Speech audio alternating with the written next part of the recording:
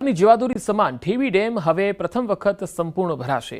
રાજ્યના પાણી પુરવઠા મંત્રી કુંવરજી બાવળિયાએ ઠેબી ડેમની મુલાકાત લીધી। ઠેબી ડેમના પાણીના વધામણા કર્યા। મહત્વનું છે કે 1996માં અમરેલીની ભાગોળે ઠેબી ડેમનું નિર્માણ કરવામાં આવ્યું હતું। ત્યારબાદ આજ સુધી આ ડેમ માત્ર 54% જેટલો જ ભરવામાં આવતો હતો, કારણ કે ઠેબી ડેમ સિંચાઈ યોજનામાં 126 FRL મીટર સુધી પાણી ભરવામાં આવે તો બિન સંપાદિત જમીનમાં ઉભેલા હયાત પાકને ભારે નુકસાન થાય તેમ હતું। હવે રાજ્ય સરકારે ડૂબમાં જતી જમીનનું સંપાદન કરવા અને નવો રસ્તો બનાવવાની મંજૂરી આપી। અંદાજિત 13.60 કરોડના ખર્ચે 17 હેક્ટર કરતાં વધુ જમીનનું સંપાદન કાર્ય જે છે હાથ ધરાશે। ઘણા વર્ષોથી ઠેબે ચડેલ ઠેબી ડેમનો આ પ્રશ્ન હવે ઉકેલાશે। વિસ્તારના લોકો અને ખેડૂતોને તેનો સીધો ફાયદો થશે। અમરેલી શહેરને પીવાના પાણી માટે દરરોજ પાણી મળી રહે એવું આ ઠેબી ડેમ પીવાના પાણી માટેનું રિઝર્વેશન થયેલું આ ડેમ, એમાં જમીન સંપાદન અને બાકીનું જે કંઈ કરવાનું થતું હશે એના માટેનું અમે પૂરતું ફંડ ફાળવી આપ્યું છે। હજુ પણ કાંઈ વિશેષ કરવાનું થતું હશે તો એ કરાવીને પણ 100% આ ડેમને પાણીથી ભરી શકાય। 1996થી જે પ્રશ્ન પડતર પીડ્યો હતો અને ઠેબી ડેમ એટલે અમરેલીની જીવાદોરી ગણી શકાય। અમરેલી શહેર માટે પાણીનો કાયમિક માટે પ્રશ્ન હલ કરી શકે એ પ્રકારનો જ્યારે પ્રશ્ન હતો, આજુબાજુના 20 ગામ જેટલા ગામડાઓમાં પણ ફાયદો થાય આ ડેમ ભરાવાથી। 30% ડેમ આપણે ભરાતો નહોતો, 17 હેક્ટર જમીન જે એક્વાયર કરવાની હતી એ રાજ્ય સરકારે મંજૂરી આપી દીધી છે। તો પાટણના રાધનપુરમાં 37 mm જેટલો વરસાદ પડતા નીચાણવાળા વિસ્તારોમાં પાણી ભરાઈ ગયા। રાધનપુરના મસાલી રોડ પર પાણી ભરાવાથી લોકોને હાલાકી પડી। આ વિસ્તારમાં 15 જેટલી સોસાયટીઓ આવેલી છે અને સોસાયટીના રહીશોને અવરજવરમાં હાલાકી પડે છે। વાહન ચાલકોના વાહનો પાણીમાં બંધ પડી જવાની સમસ્યા થાય છે। શાળાએ જતા વિદ્યાર્થીઓ પણ આ જ પાણીમાંથી પસાર થઈ શાળાએ જાય છે। રાધનપુર શહેરમાં વહેલી સવારથી જ વરસાદી માહોલ જામ્યો છે, પરંતુ આ દરમિયાન દ્રશ્યો હું તમને બતાવીશ કે નીચાણવાળા જે વિસ્તાર છે ત્યાં પાણી ભરાવાની સમસ્યા સામે આવે છે। આ જે દ્રશ્યો દેખાય છે તે રાધનપુરના મસાલી રોડ વિસ્તારના છે, જ્યાં લગભગ 25થી વધુ સોસાયટીઓ આવે છે અને પાણી ભરાવાના કારણે રહીશોને તેમજ આ હાઈવે ઉપર લગભગ 3 જેટલી શાળાઓ આવેલી છે। વહેલી સવારની આ શાળાઓ હોવાના કારણે શાળાએ જતા વિદ્યાર્થીઓને પણ ક્યાંક હાલાકીનો સામનો કરવો પડી રહ્યો છે। બીજી બાજુ મહત્વની વાત છે કે રાધનપુરના ધારાસભ્ય લવિંગજી ઠાકોરનો નિવાસસ્થાન પણ આ જ રોડ ઉપર આવેલો છે અને બીજી બાજુ નગરપાલિકાના જે પ્રમુખ છે ભાવનાબેન, તેમનો પણ આ વોર્ડ છે। પરંતુ મહત્વની વાત છે કે વર્ષોથી મસાલી રોડ ઉપર પાણી ભરાવાની સમસ્યા છે, તેનો નિકાલ આજ દિન સુધી નગરપાલિકા તંત્ર લાવી ચૂકી નથી। આના ઉપર સોસાયટીઓ આવેલી છે, લગભગ 25 થી 30 સોસાયટીઓ આવેલી છે, 3 શાળાઓ છે, 3 આંગણવાડીઓ છે। તકલીફ તો તમે નજરે નિહાળી રહ્યા છો કે અમારે જેનું વર્ણન કર્યા જેવું નહીં કેટલી તકલીફ પડી રહી છે અને યાતનાઓ અને તકલીફનો કોઈ પાર નથી। હું સક્ષમ છું, મારું બાળક રિક્ષામાં જાય છે, મારી પાડોશીનું બાળક રિક્ષામાં જાય છે, પણ અહીંયા એવો મધ્યમ વર્ગ વસવાટ કરે છે કે દરેકના બાળકોને આ કીચડમાં ઝાલીને જવા માટે મજબૂર છે। ગટર ઊંચી છે, વાત તમારી સાચી છે। આમાં ગટર જે રહી એ આ વરસાદી પાણીના નિકાલ માટેની ગટર હતી, પણ જે તે વખતે લોકોએ આજથી 5 વર્ષ પહેલા ગટરમાં કનેક્શનો આપ્યા તો એના વિરુદ્ધ અધિકારીઓએ કેમ ઓપ્શન ના લીધો કે આ વરસાદી નિકાલનું પાણી છે ને આમાં વરસાદનું જ પાણી જશે તો રેગ્યુલર પાણી નહીં જાય। તો રેગ્યુલર પાણી જવા માટે એમણે કોઈ સુવિધા નથી આપી, એના લીધે લોકોએ આમાં કનેક્શન આપ્યા છે અને એ કાયમીના નિકાલ માટેનું કોઈ સોલ્યુશન આવતું નથી। રહીશોને વારંવાર મુશ્કેલી પડી રહી છે। સ્થાનિકો જણાવી રહ્યા છે કે માત્ર સામાન્ય વરસાદ નહીં, પરંતુ એક વરસાદ જ્યારે વિરામ લે છે તો પણ એક મહિના સુધી આ પાણી ભર્યો રહે છે, પરંતુ આનો નિકાલ આજ દિન સુધી પાલિકા તંત્ર લાવી શકી નથી। બીજી બાજુ ધારાસભ્યનું નિવાસસ્થાન પણ અહીંયા છે, નગરપાલિકાના પ્રમુખના પણ આ વોર્ડ છે, પરંતુ સ્થાનિકોની સમસ્યા હલ કરવા નગરપાલિકા તંત્ર ક્યાંક મામલું સાબિત થયું છે તેવા દ્રશ્યો હાલ સર્જાયા છે। અશરફ ખાન, ન્યૂઝ 18, પાટણ। તો બનાસકાંઠાના જેરડાના ગુલાબસાગર તળાવ સુધી પાણી પહોંચતા ખેડૂતોમાં ખુશી છે। ગુલાબસાગર તળાવ 100 વીઘામાં ફેલાયેલ મોટું તળાવ છે। હાલ વરસાદના કારણે 75% તળાવ ભરાયું છે। તળાવમાં પાણી આવતા આસપાસના 10 કિલોમીટર સુધી પાણીના તળ ઉપર આવશે। ગુલાબસાગર તળાવ ભરાય તો ખેડૂતોને આવનાર સમયમાં મોટો ફાયદો થશે। બનાસકાંઠાના લાખણીમાં ભારે વરસાદને પગલે રસ્તા ઉપર વરસાદી પાણી ભરાઈ ગયા છે। તમે જોઈ શકો છો, લાખણીથી ગેડા જતા રોડ પર ભારે વરસાદને પગલે નદીની જેમ પાણી ભરાયેલા છે। શનિવારના દિવસે ગેડા હનુમાન મંદિરે ભક્તો મોટી સંખ્યામાં દર્શનાર્થે આવે છે। વરસાદી પાણી રસ્તા પર ભરાતા ભક્તો મુશ્કેલીમાં મુકાયા। પાણીના નિકાલની કોઈ વ્યવસ્થા ન હોવાને કારણે દર ચોમાસામાં નદીના પાણીની જેમ રસ્તા ઉપર પાણી ભરાઈ જાય છે। વહેલી સવારથી લાખણી વિસ્તારમાં પડેલા ભારે વરસાદને પગલે લાખણીથી ગેડા રસ્તો બંધ થવાની શક્યતા છે। તો બનાસકાંઠા જિલ્લાના દિયોદર વિસ્તારમાં ગત મોડી રાત્રિથી ધોધમાર વરસાદ થયો।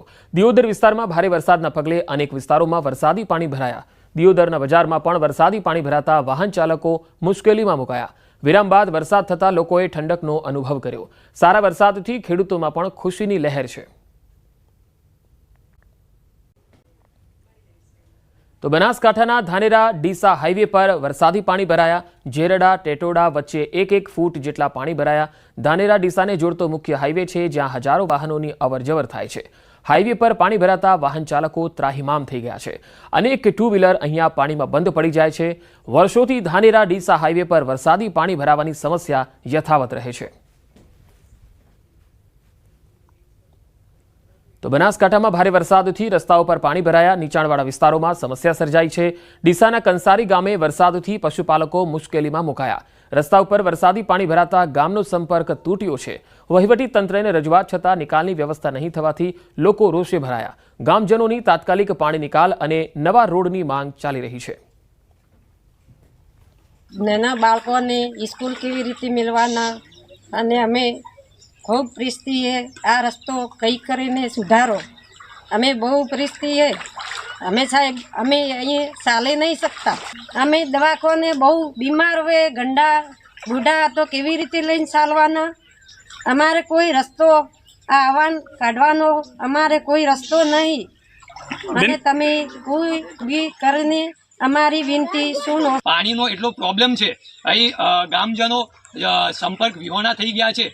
ગામ સુધી ખેતરોના લોકો જે છે એ ગામ સુધી સંપર્ક માણી શકતા નથી. અને રસ્તામાં એટલું બધું પાણી ભરાયું છે કે ખાડા એટલા બધા પડી ગયા છે, ઝાડવાઓ ઉપર એટલા બધા વધી ગયા છે કે એનો હવે કંઈક નિકાલ લાવો. પ્રજાપતિ નગરમાંથી સ્મશાન સુધી રસ્તો આ રીતે ચાલે છે. અને અહીંયા બધો રસ્તો કૂવાનો ચાલે છે, દૂધ ભરાઈ નથી શકતા. અમારે પાણી બાબતે આ નિકાલ, આ રસ્તો સારો થવો જોઈએ એ અમારી માંગ છે. અમારે કોઈને ડિલિવરી હોય તો કેવી રીતે લેવાનું, કોઈને તાવ તપ હોય તો કેવી રીતે લેવાનું, કોઈને દૂધ ભરાવાનું હોય તો કેવી રીતે લેવાનું. 10 વર્ષથી હોય એડો રસ્તો હોય, કોઈ બાળ બચ્ચાને નિશાળે ભણવા કે મોકલવાના. વરસાદને લઈ ગામથી ગામને જોડતા રસ્તાઓ બંધ થયા છે.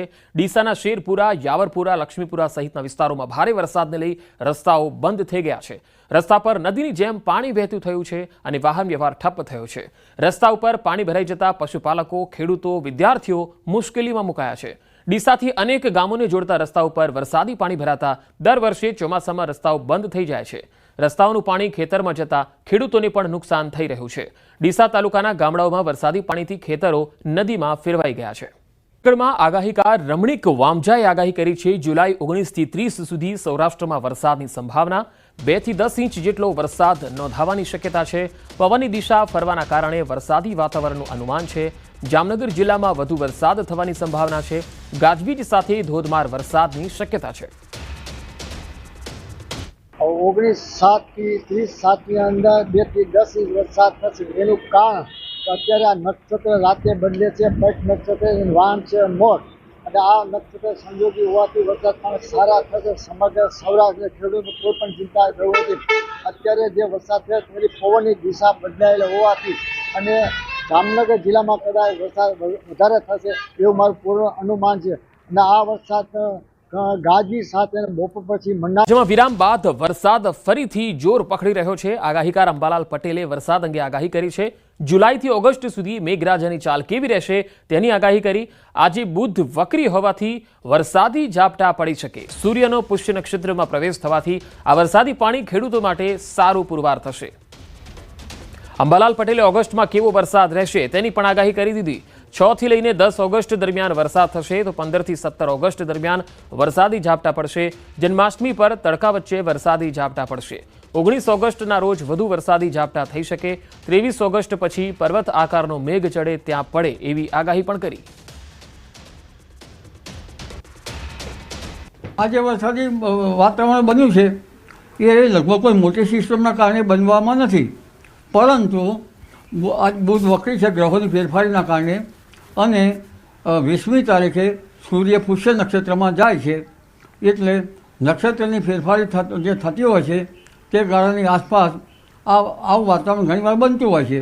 એટલે આ વાતાવરણ જે બનેલ છે એ ગ્રહોની ફેરફારી અને સૂર્યનું પુષ્ય નક્ષત્રમાં જે પ્રવેશ કરવો તે અંગે છે.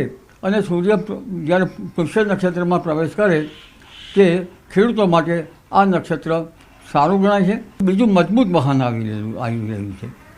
જે દક્ષિણ ચીનમાંથી વાવાઝોડાના અવશેષો બંગાળના ઉપસાગરમાં આવતા તારીખ 23મી જુલાઈથી એક વેલમાર્ક લો પ્રેશર બંગાળના ઉપસાગરમાં બનશે અને તે આગળ વધીને લગભગ છત્તીસગઢના માર્ગમાં થઈને પૂર્વીય મધ્યપ્રદેશના ભાગમાં જશે અને ત્યાંથી ગુજરાતના એડજોઇન્ટ ભાગોમાં જતાં પૂર્વ ગુજરાતના ભાગોમાં ભારેથી અતિભારે વરસાદ થવાની શક્યતા રહે છે.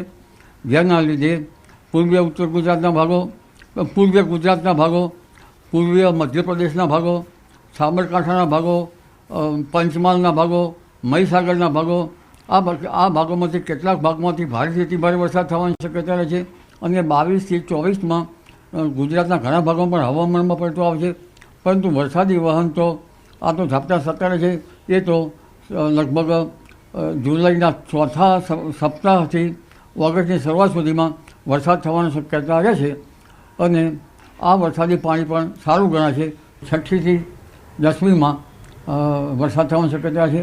આશ્લેષાનો આ નક્ષત્રનો વરસાદ મોટા ફોરાનો છે અને ત્યારબાદ ઓગસ્ટમાં જોવા જઈએ તો 15મી ઓગસ્ટ આસપાસ વરસાદ ઝાપટા પડવાની શક્યતા રહે છે અને તારીખ 18થી 20 ઓગસ્ટ દરમિયાન વરસાદી ઝાપટા વધુ પડવાની શક્યતા રહે છે અને આ વરસાદી પાણી સારું ગણાશે કારણ કે 17મી ઓગસ્ટ પછી સૂર્યનો પ્રવેશ સિંહ રાશિ અને મઘા નક્ષત્રમાં પ્રવેશ થતાં આ પાણી કૃષિ પાકો માટે ઘણું સારું હોય છે. 15થી 17માં વરસાદી ઝાપટા પડવાની શક્યતા રહે છે પરંતુ 15થી 19માં જ્યારે 18-19માં વરસાદી ઝાપટા થોડાક વધુ પડવાની શક્યતા રહેશે. જન્માષ્ટમી ઉપર વરસાદી ઝાપટા પડવાની શક્યતા રહેશે. ઘણી વખત તડકા વચ્ચે વરસાદી ઝાપટું આવી જવાની શક્યતા ગણી શકાય. વડોદરાની વિશ્વામિત્રી નદીમાં કેમિકલયુક્ત પાણી છોડાયું છે. મકરપુરા જીઆઈડીસીની કેટલીક કંપનીઓએ નદીમાં કેમિકલયુક્ત પાણી છોડી દીધું. વિશ્વામિત્રી નદીનું પાણી લાલ કલરનું થઈ ગયું છે. આ તસવીરો તમે પણ જોઈ શકો છો. માજલપુર કોટેશ્વર ગામ તરફથી નદીમાં છોડાયું કેમિકલયુક્ત પાણી. નદીમાં કેમિકલયુક્ત પાણી છોડાતા જીપીસીબીના અધિકારીઓ સ્થળ પર પહોંચ્યા. મકરપુરા જીઆઈડીસીમાં કઈ કંપનીએ કેમિકલયુક્ત પાણી છોડ્યું તેની તપાસ શરૂ થઈ ચૂકી છે. વધુ માહિતી મેળવી ફોનલાઈન પર જોડાયા છે સંવાદદાતા વડોદરાથી હાર્દિક દીક્ષિત. હાર્દિક, આ કઈ એવી કંપનીઓ છે જે આ પ્રકારે દૂષિત પાણી છોડી રહી છે નદીમાં? બિલકુલથી પંકજ, જો વડોદરા શહેરની વાત કરીએ તો વિશ્વામિત્રી નદી વડોદરા શહેરના મધ્યમાંથી પસાર થાય છે અને એમાં આ કેમિકલ યુક્ત પાણી છોડાતા ભારે હોબાળો મચ્યો હતો, જેના પગલે ગુજરાત પોલ્યુશન કંટ્રોલ બોર્ડની ટીમ જે છે તે સવારથી જ તપાસમાં જોતરાઈ હતી. પ્રાથમિક તપાસમાં એવી માહિતી સામે આવી હતી કે મકરપુરા જીઆઈડીસીમાં આવેલી કોઈ એક કંપની છે જેમાંથી આ કેમિકલ છોડવામાં આવ્યું છે. ત્યારે જે જીપીસીબી છે તેની તપાસમાં રેક્સટોન નામની જે કંપની છે તેમના દ્વારા આ જે કેમિકલ યુક્ત પાણી જે છે તે છોડવામાં આવ્યું હોવાની માહિતી જે છે તે સામે આવી રહી છે. મિની નદીમાં કેમિકલ વેસ્ટ છોડનાર 3 યુનિટે જીપીસીબી દ્વારા એક ક્લોઝર નોટિસ છે તે ફટકારવામાં આવી છે અને તેમના વિરુદ્ધ જે છે તે કાયદેસરની કાર્યવાહી હાથ ધરવામાં આવી છે. પંકજ. જી હાર્દિક, આભાર માહિતી આપવા માટે.